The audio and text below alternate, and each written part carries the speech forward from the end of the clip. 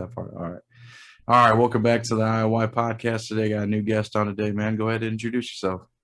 Hey everybody, my name is Dave Yates. Good to be Hey, here, Adrian. yeah, nice to have you on, man. Explain to the people how you got into it, what you do. Well, I do a lot of different things. I'm a stand-up comedian, I'm a writer, and I make and sell my own brand of hot sauce. One could say the short answer is I didn't want to work a regular job, so I was going to do a lot of different jobs that weren't showing up to a desk. Yeah, Although I man. have done that for a lot of years, but yeah, I don't know. Each of them were a little different. The stand-up comedy I got into because I really had nothing else going on in my life, and a comedy club opened up. Uh, the hot sauce I got into because I think now about 7 years ago, I grew a ghost pepper plant from a farmer's market. Didn't know what to do with it, so I created my own brand of hot sauce just for fun, and people liked it. So I started selling it to friends, and they're like, "You should sell this after your comedy shows." So I did, and it did really well for me, and it's done really well for me for the past 7 years. And then the writing, it's just, I've been doing stand-up comedy a little over 10 years now, so that parlays into, you know, trying to make money off of stand-up comedy, doing adjacent things to stand-up comedy. So it's like you get good at stand-up comedy, and then it's like, well, they want you to write, or they want you to act, and they want you to do all this other shit that's kind of like stand-up comedy but not stand-up comedy.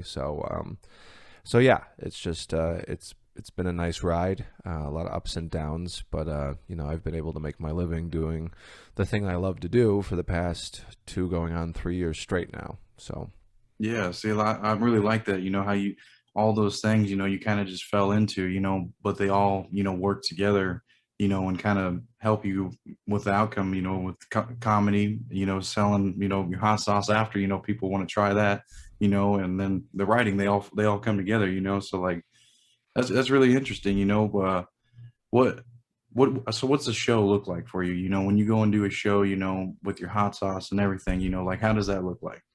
yeah, so on any given show, I ask because I mean, out in Los Angeles, not every show is a comedy club show. So sometimes you'll be doing a show in a bar or a brewery or a barbecue joint or a library or wherever they will put a stand-up comedy show because it's Los Angeles. And I usually ask permission from whoever booked me. I said, hey, I make this ha ha hot sauce is what it's called. I make this product, and can I sell it after my set? And they're like, yeah, I don't care, because it's just weird enough where it's not like me hucking DVDs or CDs, which would probably not go over as well. But since it's odd, I make a hot sauce that's my own brand called Ha Ha Hot Sauce. They're like, oh yeah, jam, do it. So if I get a 10-minute set, I'll do 9 minutes of comedy, and I'll do a 1-minute merch pitch. And I'll be like, oh, that was the end of the last joke.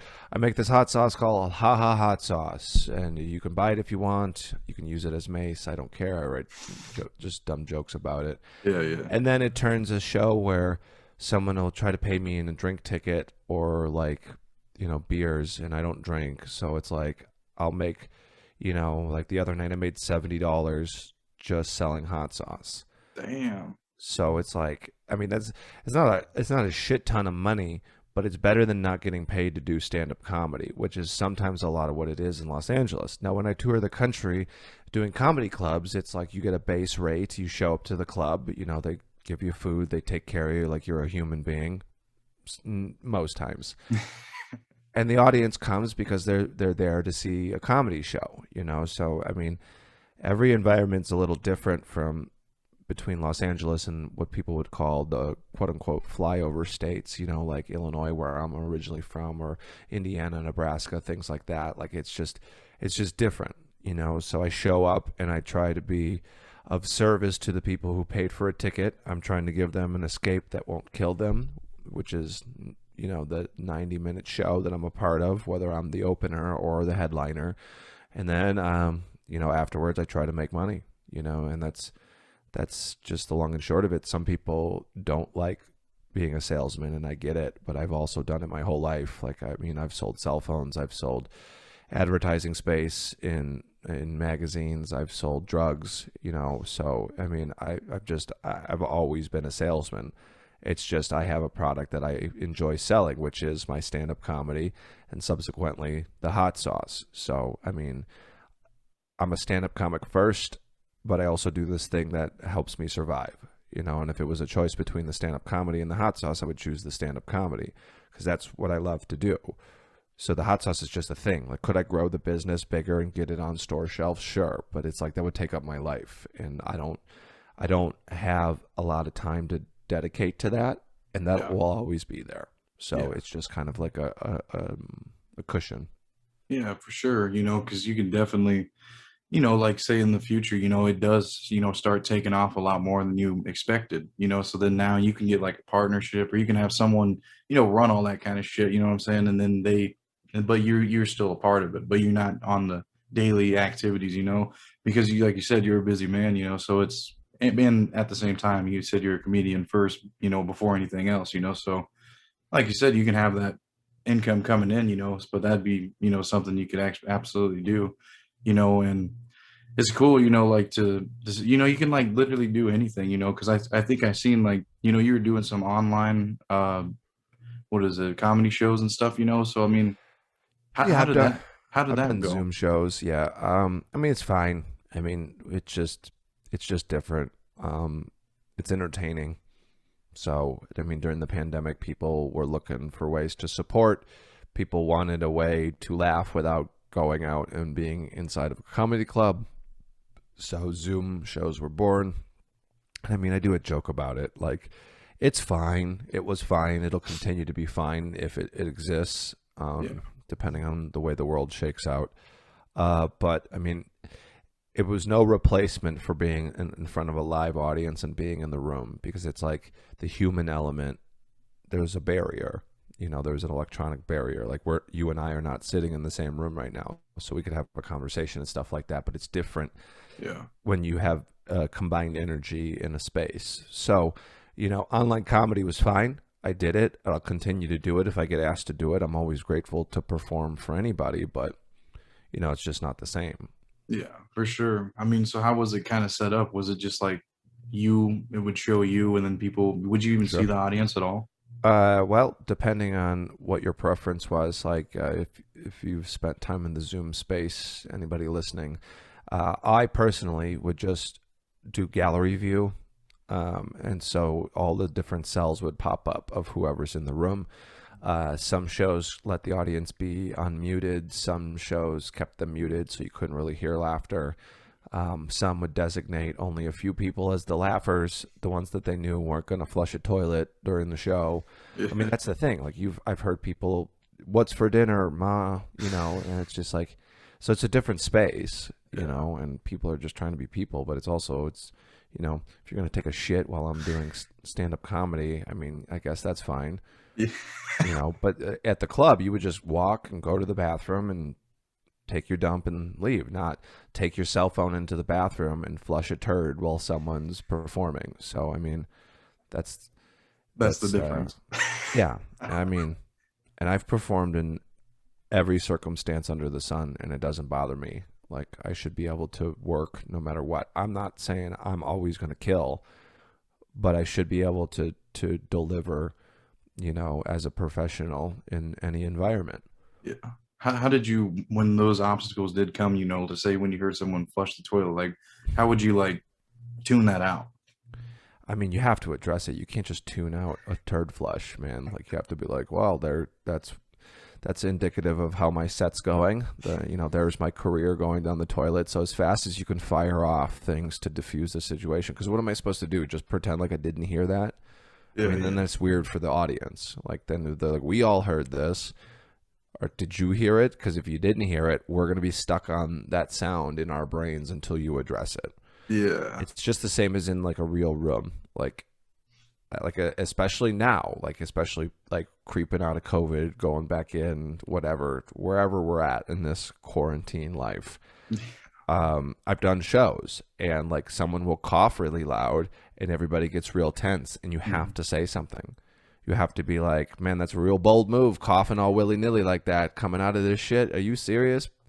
Like, talk about white privilege, just whatever. Like, Yeah. you just got to go with it. And it's trying to live in the moment, whether the moment's behind a screen or in person. Yeah, that's true. I like that, man. Because I mean, that is totally true, though. You like you said, you just have to address what's going on, so then you can just get over it. Because if not, then there goes like your whole set. I mean, it could just completely ruin it. Because people are like, really, someone just did that. But you did the opposite. You make people laugh by just saying, "Hey, man, this motherfucker just shit." Well, yeah. I mean, that's 10.5 years of doing it. I Damn. don't expect someone who's been doing it a year to be that quick on their feet, you Yeah, know? dude. And it's, they say in order to master a skill, you have to get 10,000 hours of practice, whether it's guitar, piano, karate, whatever. So to hit 10,000 hours as a comedian, especially when open mics sometimes only give you 3 to 5 minutes, like that's a lot of years. That's a Yeah, lot that of is. years to even come close to 10,000 hours. I mean, I can't even come close to enumerating the amount of time I've been on stage behind a microphone. I just do it, Yeah. you And, know. that's cool, like how you can be so quick with that. Cause people, that, you're just with hanging out with friends and shit and they'll give you shit, but I could never be the one to like, give them shit back and like be so quick like that. How were you always like that, just to be able to like throw shit back, like, and it be good shit, like not, no, not, just something that's like worth, laughing about and shit. Well, I mean, it's not always good shit. You know what I'm saying? Sometimes you just say the first thing that comes to your mind and it's not funny. And then you have to deal with that awkwardness. I mean, there's a lot of years of saying the wrong things. I don't know, man. Ever since I was little, my brain ran a lot faster than most people's. Like, just like, and I'm not talking intelligence wise. I'm talking just like the rapidity of thoughts, like just like over and over, like just thoughts and thoughts and thoughts. So when I was younger, like I would just talk, talk, talk, talk, talk all the time, and I'd get in trouble in school and stuff like that. And then like, over time, like they're like, oh, you have attention deficit disorder. So they gave me medication for that when I was young. And that fucking was essentially like speed. And that didn't Yeah. help, Yeah, my little and brother then, takes that shit. yeah, I mean, well, that's the thing. I do believe in, um, mental health, and I'm a big advocate for mental health and things like that. But like I was in second grade, Yeah. and this was when the shit was first coming out. Like I'm 35 now, so like I think there was probably a better way Yeah. than there was back in the day. So from second grade till high school, and I wanted to try to do a high school without any medication. So I, stopped taking it, but naturally I started partying with my friends, and doing drugs and drinking, and that was my life. And then I took that into college, and I barely got through that. And I ended up moving from Chicago down to Central Illinois, still running and gunning, and that's where I got sober. So it's like, how did I become quick? I mean, my brain was always running 1,000 miles an hour, and I'm not saying I'm smart. I'm just saying my brain ran fast, Yeah. and it still will run real fast. And in order to quell those racing thoughts, like I got to do shit. Like Mhm. I gotta meditate. I gotta take care of my head. I gotta eat right. I gotta sleep enough, because then my brain doesn't go out of control with the racing thoughts. Because it's just like, before I knew how to handle my shit, what killed a racing thought? A nice blunt or a bottle. Yeah. And that's a 100% proven way to slow the brain down. And I loved it. And it's just like, it just stopped working for me. Like I've been sober about 9 years and change now, you Damn. know, and it's like I have more control over what it is that my brain does sometimes. Yeah. So like I get paid now for the type of brain that I have, Yeah. Yeah. So that kind so of keeps and you. that's just the way I'm built, Yeah. That's just how you but were born, huh? yeah, man. I mean, but you look at it this way: anybody who's quick at anything, like you go on some of my dude. You should see my TikTok. My TikTok is just a bunch of Latino dudes like cleaning windows and cutting grass real fast, and like you do anything for enough time, you get good at it. Where it's Yeah. just like, it's a soothing thing to watch, Yeah. like like or construction workers or anybody like that have mastered a skill. It's just soothing to watch someone who's done a thing so many times that they don't have to think about it. Yeah. you Yeah. know like a lot of people's like, oh, you're 35 and you're a dude, like your TikTok's probably just bouncing titties. Well, no, it's window cleaners. It literally is window cleaners and people like carving up stuff because it's soothing to me. Yeah, because they just have their Skill. It's a yeah, skill. yeah, It's a skill. So, anything you want to get good at on this planet, whether it's stand-up comedy or basketball or skateboarding or anything, you start out that, okay, I want to do this thing. And then you're like, well, how do I get better at this thing? You hang around with people who are dunking on your ass. All right. You don't hang out with people who are just as like good as you or not as good as you. You hang out with people who are going to challenge you to get better. Like if I wanted to be good at basketball, I would hang out with motherfuckers who are stuffing me. yeah, yeah. Because that's ultimately you will physically get better because you're trying to survive and get better. It's the same thing with stand-up comedy. In the beginning, I started with some guys that were better than me, and then eventually I got better than them, and then they quit. And then I had to go find people across the country that were better at stand-up comedy than me that I could talk to remotely on the phone and things, or that I could run into when I was traveling in my car at shows. And then moving to Los Angeles, like there's so many comics out here. Yeah, dude. There's so many. Like my buddy Brett Erickson, who's a very funny comic. Check him out. So he's got albums on Spotify. Brett Erickson. When I first moved out here, he goes, Dave, I got some good news and some bad news. The good news is 90% of the comedians in LA are dog shit. The bad news is the other 10,000 are really good. Yeah. And So that's do you what it try? is. Yeah. I still go hang at the club and I watch. I go hang at the club. I was at the club or a theater a couple nights ago watching Eddie Pepitone. Eddie Pepitone's 62 years old, and he's a monster on stage, and he just Dang. crushes. And his specials are always good, and he's not super famous, but he's just phenomenal at the job. And I Yeah. still, at 10 years and change into comedy, I still need to learn. I still need to sit and soak it in. I need to hang out with people who are dunking on my ass because it's the only way I'm going to get better.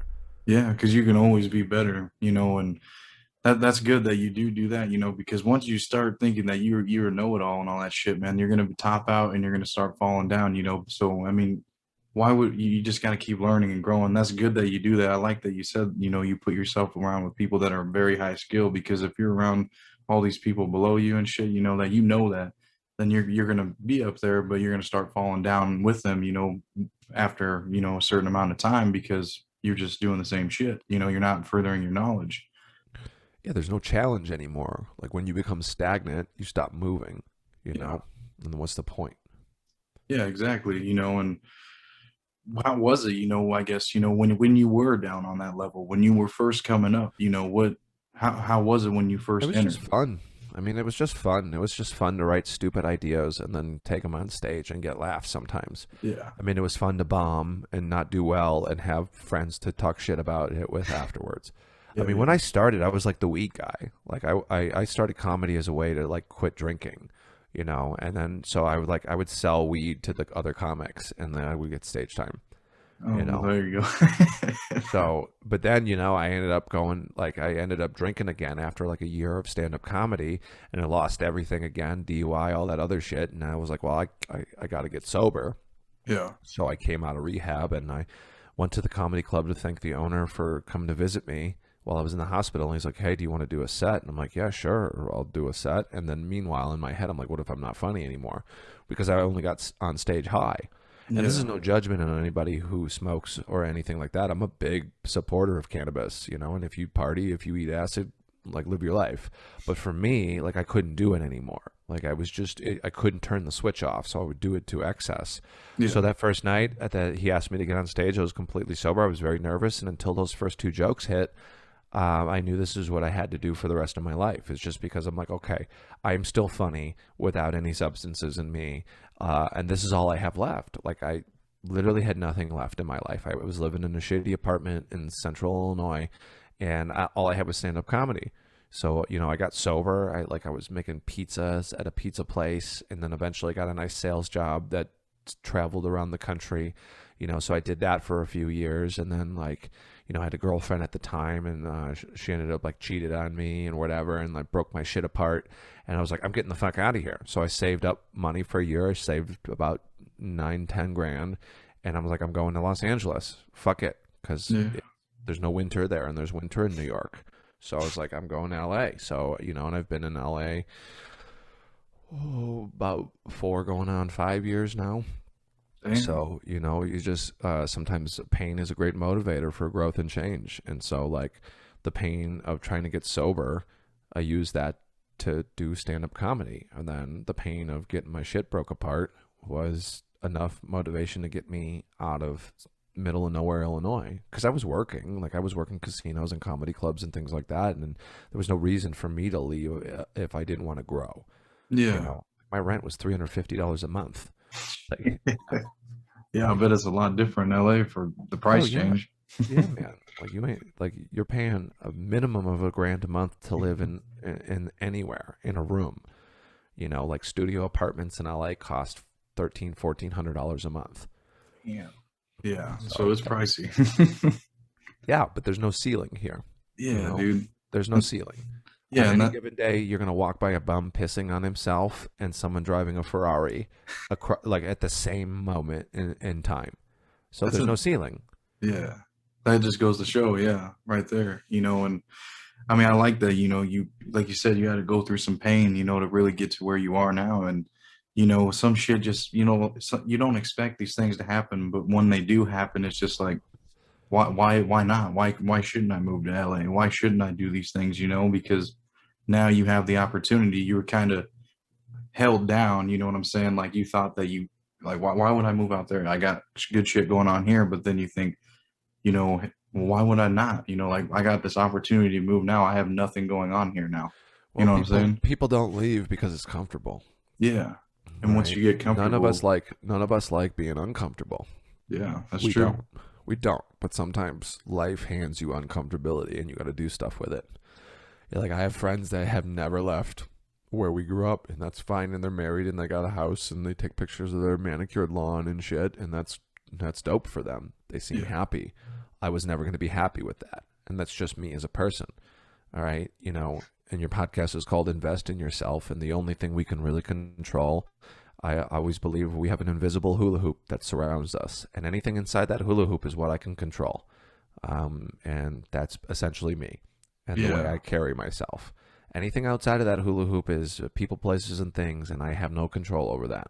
So if I'm not doing everything that I can to mentally be healthy, to physically be healthy, to be sharp, to create, like the only reason you found me is because I'm throwing videos at the wall Yep. on Instagram, and Yep. because I just got sick and tired of like watching everybody else grow their social media, and I'm sitting on a backlog of videos because it's just like, oh well, I don't want to waste material, I don't want to burn, and it's just like, fuck that, I don't care anymore, so you have to empty your give a fuck tank. Like, it's just like, so I'm doing 100 clips in 100 days. Like, if you follow me on IG at Yates Comedy, you're going to see a new clip every day. And sometimes the jokes are going to be worked on and finished, and sometimes they're not. But I'm trying to grow that shit because I'm watching other people get opportunities just because they have the amount of followers that's marketable. So it's like, if I'm investing in myself, I either adapt or die. I do the trends. Like, do I want to have a TikTok? No, but that's where it's at right now. So I'm chunking videos on TikTok. It's like sometimes we do the things that not necessarily we want to do, but it's just what is the call to action. It's either adapt or die. Like when I started 10 years ago, there were comics that are like, "Oh man, you're telling me I got to learn YouTube now? I used to roll around the country with VHS tapes in my trunk." And it's like, "Yeah, motherfucker, now you got to do this." And now I'm 10 years there. It's like, "Oh man, I got to do TikTok now." It's like, "Yeah, motherfucker, you got to learn this shit." You're funny, so just be funny.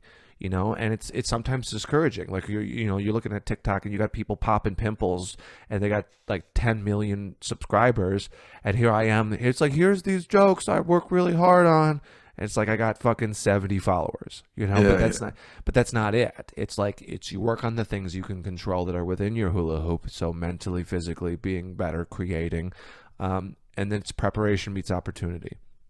So the investment in yourself is the preparation, and I don't care what you're doing, college or strength training or whatever. The investment in yourself is just the preparation, so that when someone rolls along and they're like, "Hey, Adrian, what do you do?" And you'd be like, "Well, I got this podcast. Here, I Yeah. created this. It's the preparation. I made this. You want to check it out?"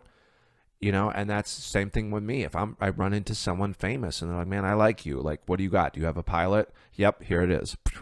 Like, what do you got comedy clips? Yep, they're on I can literally at any given moment send you my entire body of work, Yeah. which is the blessing of technology. Like, I have my press kit with my headshots and my bio on the deck. I've got a 30-minute clip of me doing clean comedy in Salt Lake City, because sending someone clean comedy means that you're a good comedian. And I'm not saying, like, listen, if anybody's listening to this that's into the comedy world, when you send a clean clip, it means that you can be paid at a high level of comedy and a corporate setting. That's why I always send a clean clip. Because if you can work clean, you can always work dirty. But if you only work dirty, there's a chance you can't work clean. And that's okay. Like, do your comedy, do whatever makes your heart feel good. But I like paying my bills with stand-up comedy, so I learned how to work clean. Is that all I do? Absolutely not. You can look at my clips. Some of them are dirty. Some of them are about eating pussy. But when I send a resume to someone who doesn't really know who I am, I send the cleanest clip possible so that they know that I'm serious. Yeah. You know, Yeah. like if say Adrian works at a bank and you're like, we want a comedian to do this exact situation happened to me over the pandemic. Someone from Adrian with JP Morgan Chase hops in my DMs. Hey man, love your comedy, been a fan for, would you like to do a half hour of comedy for Chase Bank, this branch, via Zoom? And I said, sure, here's a clip, and it's clean. Because you know what Chase Bank doesn't want their employees hearing? About my boner. Okay? Because this is not a bar in Santa Monica. This is JP Morgan Chase. Now, here's the second part to investing in yourself. Know your worth. Because he's like, yeah, what would you charge for 30 minutes of Zoom comedy? And I said $1,000. He's like, what? I'm like, $1,000. Why? Because it's not just clean comedy. It's corporate clean comedy. Okay? So it's super clean. That means it's not that it's not super clean. It's like the word means a different thing. Like, I'm a recovering alcoholic and a drug addict. Okay? So me talking about the difference between me now that I drink coffee and doing bumps of Coke is not clean to them. It's drug use. It's not titties and cum, but drug use isn't a clean topic for a corporate setting. So the fact that I have to operate within those parameters, I'm okay with it, but it's going to cost you more money because I have to write essentially a tailored set so that you don't get fired. Yeah. Because if I roll in there and do my stripper jokes and shit, like, it might be funny, but you're going to horrify the HR department. Yeah, dude, no shit, because then they're the ones that are strict about all them guidelines and rules, so like they're going to be different about that than some of the other salesmen or salespeople. You know what I'm saying? Yeah, and depending on the company, like, even talking about, like, I remember I did a corporate clean show when I was a few years into comedy. Probably, shouldn't even been doing it because I was not experienced enough. But they were like, "Hey, we'll pay you $200 in a steak dinner." I'm like, "Bang, let's do it." I was doing jokes about going to the gay bar with my lesbian best friend, and these are clean jokes, but it's me going to the gay bar with my lesbian best friend and having to watch out for man cougars, right? And after the show, they told me they were a Christian tech company. And it's like, I wouldn't have taken that gig had I known. But to them, that's dirty. And I'm a big supporter of the LGBT community. And it's so when you're a young comic, you just take any gig possible. Yeah. But knowing what I know now about the world, I would have just been like, go fuck yourselves. I'm going to, I'm not taking that gig. So it's like, so you don't know what someone's perception is of clean. So you have to ask them. Yeah. I'll be like, what type of comedy do you want me to do? And when someone says, can you work clean? I go, yeah. Here's the two definitions of clean. Just not swearing, or things that you can throw on television, or maybe even the third definition, you tell me what you don't want. Yeah. That'd probably be best, because... And it's the business end of things. And then once you tell me what you don't want, if I'm not willing to work around those parameters, I say I can't take the gig. Yeah. But sometimes the price tag will tell you too. Like, it's $1,000. You want me to perform for a bank for 30 minutes? It's $1,000. If you can't afford $1,000, you shouldn't be a fucking bank. No shit, man. They're the ones that got all the fucking money. No, and I told the guy straight up, and I didn't get hired, but it's just knowing your worth. I said, you can find someone to do it for less, but you're running Yeah. the risk of not getting the quality that I provide. Yeah. And that This is makes 10 years sense. of experience. Yeah. You've been putting in a lot of work. So like you said, you've done all kind of diverse kind of shows and shit, so you would definitely know how to, move around that and, work in their guidelines and stuff, and I really like that though. You stick to what, your worth. That's another, one of my shirts that I have, I put that on one of my shirts, and I like that you use that term because I use that one a lot. And, you really did right there. No one else is going to tell you your worth but you. Exactly. And as soon as you bust on that price, as soon as you, like, if I was to go $1,000 and like, would you take 700? And I go, okay, sure. They'll never pay me more than $700. Nope. Never Even on the again. road, what I tell people, I'm like, this is my rate, and I need a hotel. The only thing I will budge on, because I'm not a fancy dude, is like if you got a guest bedroom and you want to save the $100, if you really want to save the $100, just give me a guest bedroom and I'll crash there Yeah. when I'm traveling. But eventually that's not going to be the case because I'm going to grow and my worth is I'm 35. I can't sleep on a fucking shitty mattress anymore. I can't crash your couch. When I was 25, I could do that shit. I could sleep in a puddle of water. Now it's just like I got a nice bed at home. Yeah. I'm not persnickety. I'm not a fancy guy, but I need to sleep in a fucking decent bed. And isn't that insane that I have to tell myself like, all right, you deserve to sleep in a comfortable place. Yeah. So it's still a battle. It's still a battle to evolve what your worth is. And I would hope that in whatever skill you do, whether it's accounting, gym teacher, skateboarder, when you get better, your worth increases Yeah, with for sure. with sheer experience. Yeah, because it is. You get better at a skill, you're gonna want to get paid for it more, or else you're gonna be, you're gonna feel like you're getting screwed out of your money. Because you talk to say your other accounting friends and they're getting all this money and you're still here because you didn't decide to say something. Hey, I want to get paid more for my skills, or else you can go find someone else to do the shit. Yep. The only one that's going to increase your value is you. Yeah, you got to be the one to say something. Now, and granted, too, we live in a world where if you start creating content that's popular and people follow you, that increases your value. But are you creating things that people want to see? Yeah. So like I'm talking about the TikTok. I've been on TikTok for maybe like a month and change now, and I get a lot of likes on my shit, but not a lot of followers. So like I need to figure out how can I create things that generate a following. Yeah. So you look at what other people are doing. Like if I'm at the comedy club, at the comedy store in Hollywood, I'm not past there by not even close. It's an exciting place to be. It's got history up the asshole. Yeah. If I'm not there on a Saturday night sitting in the back when it's not sold out, like watching who is up there where I want to be and learning from them. Like even if they don't do the style of comedy that I personally enjoy, they're there and I'm not. Yeah. So it's the same thing with TikTok. It's like, okay, I don't want to make pimple popping videos, but how do I create something like sketches or comedy shit that's more in line with what I do? How do I create more things that are maybe going to grow the fan base? Because it's one of the few organic places left anymore because Instagram wants you to pay money for sponsored ads. Yeah. I put money behind my clips just so more people see them so that you have a chance to see what I'm doing. We wouldn't even be having this conversation if I didn't make a commitment to myself to be like, I'm chunking my shit out there. Yeah, dude. You know what I'm That's saying? how I found you. Yeah, because it popped up as an ad on Instagram. I was like, damn, Yep. is that pretty funny? Let me check this And dude that's out. and at the end of the day, it's a tax write-off. So I have a business and advertising, investing in myself. Yeah.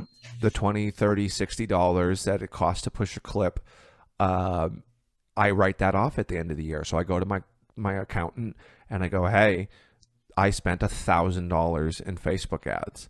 And that's nails on the chalkboard to say, but I don't have a fucking choice anymore.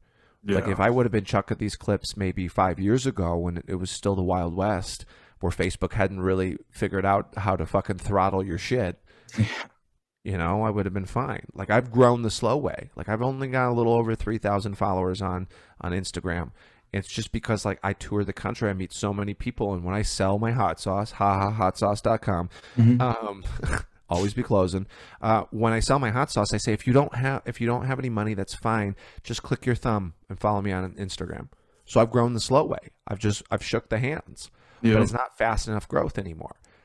So it's like it's constantly trying to like, okay, like after this, like I'm gonna take a clip that maybe didn't do well on TikTok and put it on Instagram, and because it's like I'm keeping track of, I'm posting 100 clips in 100 days. I might have to increase the amount of clips that I do.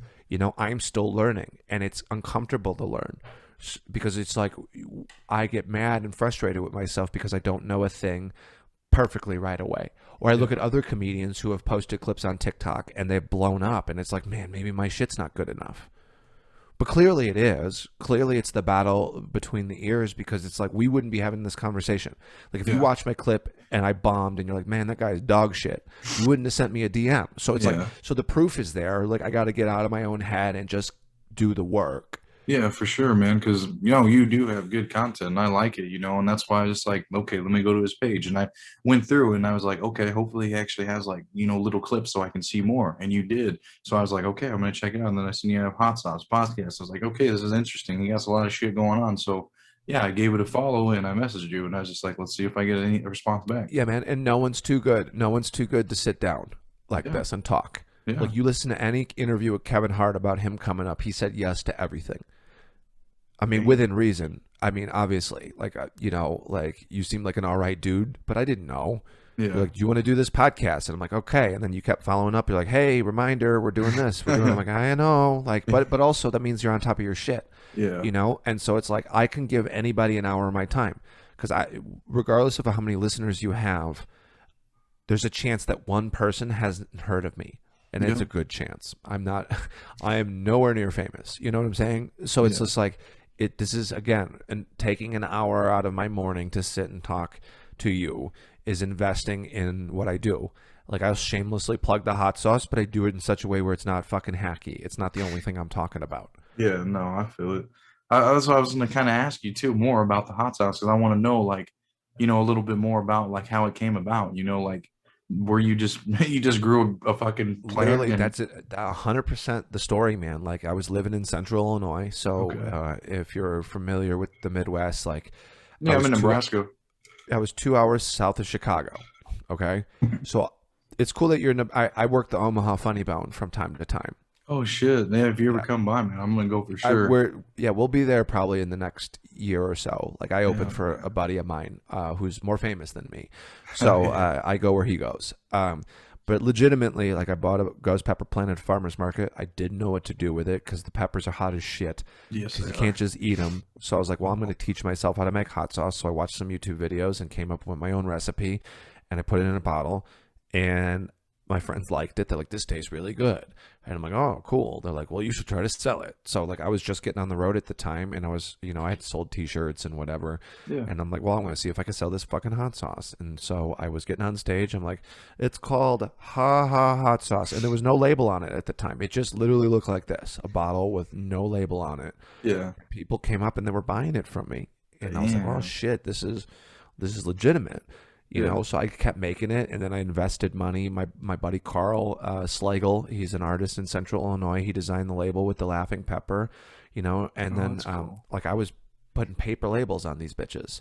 Like I was using printer labels for like you would put on a shipment or a document, and just using a color printer. And then eventually over time I invested in, like I have a guy at check him out, seriouslystickers.com, my buddy Will at Seriously Stickers.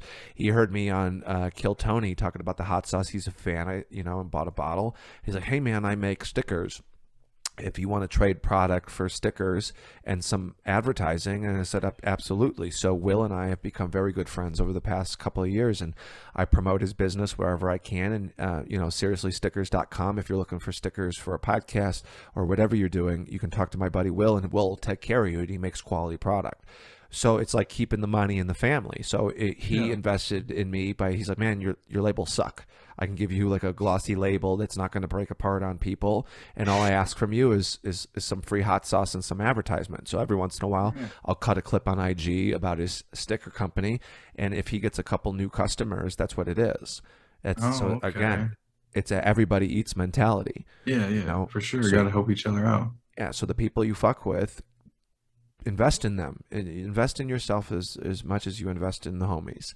You Yeah, know, yeah, for like sure. that's just the way it is. And if you're not about everybody eats, then get the fuck out of my way. Yeah, We're for coming out sure. of a pandemic, maybe going back into one. And it's like there's never been a higher demand for live entertainment, or just people are starved for interesting shit. Yeah, So it's we all build each other up or get out of my way. I feel it. I like that, man, because it's a good mentality to have, because like you said, everybody went through their struggles, and people lost shit, during COVID and lost money, lost companies, businesses, and everything. So now it's about helping each other get back out there and go and enjoying the shit that we can fucking enjoy again now that we're not locked down.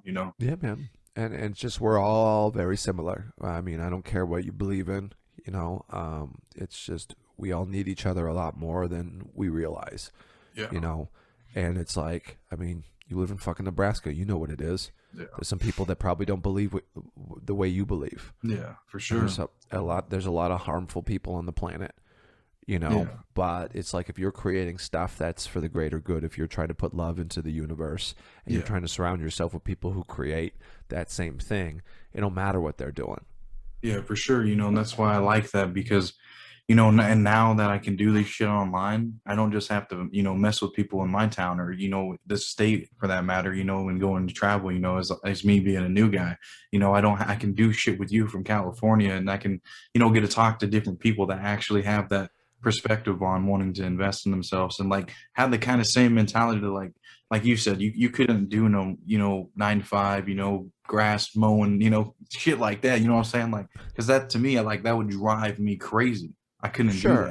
that. I mean, I've done that though. Like Yeah, that's the yeah. thing. Like I know in my heart that if I had to do it to survive, I would do it. Well, Like there's yeah. no ego about doing that kind of work. It's just like I'd rather tell jokes, Yeah. like me and my co-host Anna Valenzuela, who's very funny. You should DM her. She'll be a good interview too. We host a Okay. recovery podcast called 12 Questions Podcast, Yeah, I was gonna bring that up. and we talk about people that are recovering from whatever, whether it be drugs and alcohol, whether it be anger issues, eating issues, sex issues, or just life issues. We do it via Zoom, and Anna's a very great editor, and she splices it together, and it sounds like we're in the same room. Would I like to be in the same room with everybody? Sure, but also like it's nice that I rolled out of bed, poured myself iced coffee, and like I'm sitting behind a computer. That's pretty easy and nice, so Yeah, there's no excuses anymore. no, there's not, because you can literally just wake up and start the meeting. You know what I'm saying? You don't even have to take a shower, none of that shit. You know what I'm saying? Not saying I do that shit, but you know what I'm saying? That's what it literally is now. Yeah. Because you can And do school from home, you can do work from home, well, for the most part. You know what I'm saying? yeah, and then, but it's also so like we're talking earlier in the podcast about taking care of your head. Sitting indoors all day is not taking care of your head. So it's No. like I got to be out there. Like I'm terrible at golf, but I go golf with my buddies. Because it's just getting out of the house. Like I'll Yeah. ride my bike up and down. Like during the pandemic, I was riding my bike to the ocean every single day. Oh, God, Just that had been beautiful. I was 5 miles from the beach, living on the north end of Culver City, and it would take me about 25-30 minutes to leave my house, get on the bike, and get to the ocean. Yeah. So like I had to go. Like I mean, I pay so much money to live the fuck out here. I'm gonna go see a goddamn ocean. Yeah, I hope so. Fuck. Yeah, and some people just live out here and they're miserable and they don't realize it's like it's a very free thing to do, Yeah. which is go to the beach. Yeah. But people don't do it, and they're content on being miserable. So during the beginning stages of the pandemic, like riding the bicycle was about the only thing I could do to stay sane, because I couldn't go tell jokes anymore because that was closed. We're not hanging out with people because it's like I'm not trying to get sick. Yeah. So I could ride my bike. And then like, my neighbor, Gary Peterson, who's also a very funny comedian. And you'll notice I'm plugging the homies. Yeah, Whenever I for get a sure. chance to, I talk about everybody who people need to hear about. My buddy, Gary Peterson, he's a comic, Boston comic. He's super funny. He was my neighbor. And we became really good friends over the pandemic because he was my neighbor and it was the only one I trusted to hang out with because he wasn't doing shit, So like we would go on walks at night through the neighborhood and just talk about dumb shit, stupid sketch ideas, whatever. We'd ride our bikes, 20, 30 miles and then just talk shit. And like, Yeah. that's how I survived. That's how I got through it, because what I do for a living involves rooms full of people. Yeah, So, you know, taking care of your head is important. yeah, it is. And you know that's what I'm saying. Like COVID really, really fucked with people, like that, because being alone is one thing you don't want to do, just think, and then all this bad shit you just start creating in your head. And but you luckily had a buddy you would kick it with and do shit with, because I bet if you were on your own, man, it would have been a way different story. You know what I'm saying? Yeah, man. I mean, it's just, I mean, we all need each other. That's what I was saying. Yeah, I feel it. I like that, man. Oh shit. Oh yeah, it's just a reminder. Okay. Yeah, but I was just I don't know, man. I really like that what you do with that podcast too, and I wanted to, hear a little bit about that. Sure, man. A lot of times, 12-step recovery meetings, a lot of the anonymous groups, you know, you got to go show up to a meeting. Yeah. And in the before time, it was like a church basement, you know. So we try to provide a window into the world of recovery that's accessible for people. Yeah. You know, like we're not affiliated with NA, AA, you know, or any other 12-step organization. Although we participate in them, you know, we do a podcast that's, you know, not affiliated with those fellowships. And, you know, the anonymity is important to us on a public level. So we create a space where people can talk about their struggles with addiction and alcohol and anything else where you who maybe are just like, oh, I'm curious about this, or I got an aunt or an uncle that's got a drinking problem or a gambling problem or whatever. Well, you might not have the willingness to go look up at where a meeting is or sit in a church basement, or now, I mean, a lot of the meetings are still on Zoom. But if you come across our podcast, you're going to be able to hear us and the people about us, me, Anna Valenzuela, and whoever we have as a guest, run through 12 different questions that are loosely based on recovery. So like, how do you experience forgiveness? You know, that's a question that could be asked to any human being. But, you know, someone that's struggling with overcoming some affliction like drugs, alcohol, whatever, you know, experiencing forgiveness means something different. But we have people on the podcast that are just like, oh, I used to be a terrible drunk, now I just smoke weed. Or I used to be a heroin addict, now I just drink beers sometimes. Like, it's not just a completely clean and sober podcast. Yeah. Although Anna and I are both clean and sober, we want to interview people of all walks of life, you know? So it's like, another question is like, how do you experience fear and anxiety? You can ask that question to anybody. Yeah. But also, like, if you're struggling with addiction, to hear people talk about how they experience stuff like that, it helps. Yeah. So our aim is to get the word out that it doesn't have to be scary to get help. It can be very accessible. Yeah, I like that, man. I really do, you know, because my dad, he's a, you know, really bad alcoholic and shit, you know, and, you know, I'll have to mention that shit to him, tell him to check it out, you know, and just fuck it, see what it does, you know what I'm saying? I mean, I'm going to tell you this, as coming from an alcoholic, when people try to tell me to do shit, I was not about that life. Okay? Yeah, I know, but still, I'm all throwing out there, you know what I'm saying? I know there's hope, brother. I got a brother who likes shooting dope in his arm, okay? Yeah. And it's hard when we deal with family members that have addictions, because it's like we feel like it's our obligation as a family member to help and save. And in actuality, it's like sometimes the best help I can be is to learn boundaries and to love from a distance, you know? Like, we could talk more after the podcast and some avenues of where, you know, sometimes the best help I can be to the people in my life that have issues is to help myself. And then people will be like, well, if they're the ones with the problem, why do I have to go to get the help? Because what if I told you that you helping you would help them? And it's a hard thing to wrap your head around. You know, like you tell them about my podcast, we could always use the extra listener. But I can tell you from experience, and this is just my own experience, when people are like, Dave, you need to quit drinking, I'll be like, fuck you, I'm going to keep drinking more. Or Dave, you need to go to a meeting. I'm like, you go to a meeting. You know, like I have an adverse reaction to, even today, even with 9 years and change, I have an adverse reaction to people trying to tell me what to do. So I would caution you, to think on that. Like, I'm Yeah. not trying to piss in your Cheerios, but I'm just trying to give you real, like, yo, that might not work out the way you planned, dog. Yeah, yeah, I know. But I mean, just like something to kind It of throw out, hurts. approach it or some kind of bullshit, just to put it out there. You know what I'm I, saying? Not I, like say, hey, I'm check this out. You know what No, I'm I saying? know, I know. It's more funny to say it like that for the sake of the joke. But after we cut, like, I'll map out a little plan for you. If Okay. you want to use it, cool. If you don't want to use it, that's awesome. And that's the thing. I don't get bonus chips for recruitment. Yeah, yeah, Okay, like, I don't fucking like I don't get. There's no bylaws in the fellowship that I'm a part of yeah, that go, hey, if you bring in new people, we give you the extra special gold coin sobriety chip. Like, I literally was given a light in a dark time, and I hold that light. And if someone wants to yes, walk with me, they can walk with me. And if they don't, yes, that's okay too. There's a million ways to get to the end. And yeah, I just walk with this tiny light that someone gave me. And that is yeah, all. I have no control over anything else but holding it up so people can see it. yep. And that makes sense, man. That absolutely does. And that from how his situation, everything has been. I get it. I know what you're saying, and I like that. But I like that. And you made it to where you are right now, and like you said, you can shed some light. And only do so much. You know what I'm saying? You're just doing what you feel is right. It's not like you're trying to recruit all these people. You know what I'm saying? Trying to get that extra gold chip or whatever the fuck. Yeah, man. You're There's just no, being you. You're just being you. You know? yep. I And like that. people are more inclined to hear what you have to say when you have no agenda. Yeah, exactly, man. What is one thing that does motivate you, to do what you do every day? I don't know, man.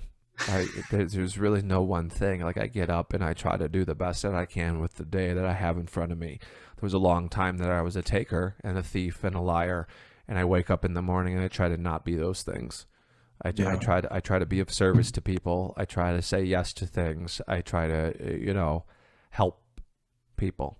You know, um, so, like, being of service in the comedy world, I try to provide laughs. That's of service. yeah. If there was a lady who stalled on the road down the street from my house, I got out the car and I pushed her off to the side of the road. Oh yeah, You know, so it's just like, I look for, how is the universe going to put someone in my life that I can help on any given day, because it helps me not think about me. yeah. I You like know, that. Yeah, because you mean it's just waking up every day to find a way to help someone. hmm What is a what is a lesson that you kind of learned from, that you kind of been screwed over on a business deal that you can give someone advice not to go through that same situation? I mean, know your worth, state what you need, and be very, very polite but firm. You know, talk about the money. You want to hire me? I don't care what you're doing. This is what it costs, Yeah, and this is what I need. State your needs. Have boundaries. Okay. Because I've done shows before where I was just like, oh yeah, I'm just happy to be here, and then the pay comes. It's like, what? And that's on me. yeah, Knowing what your time is worth and knowing what your rate is in any business, stick to it. And you don't have to be a dick about it. yeah. You Like, just someone reached out to me. They're like, hey, do you want to do clean comedy at an art walk? I said, what's it pay? They're like, well, we have a donation bucket. I'm like, I can't travel that far for clean comedy, which costs more, if we've learned anything about this yeah, podcast, for an undetermined amount of money. And I said, thank you for thinking of me, but let me know when you have more of a budget. yeah, yeah. And That that's makes it. sense. Like, that's like, I don't care if you're a fucking DJ at a strip club, which I've done. Know what your rate is. Yeah, I Know what your mean, rate is. Be of service. Like, play the songs the girls want to hear, and they'll tip yep. you out more. So it's like, that's how you handle business. It don't matter if you're playing the tunes at a strip club, or if you're telling jokes on a stage, which are very similar in a lot of ways, or even if you're a laborer. Like, if you're taking jobs on the side to feed your family, but, like, don't just take $100. Calculate what your hours are worth. Like, you could do a mathematical equation that's very simple. Count the amount of hours you know that you're going to be in motion from the Mhm. time you leave the house to the time you get back to your bed. So, like, the other night, the one night I made $70 selling hot sauce.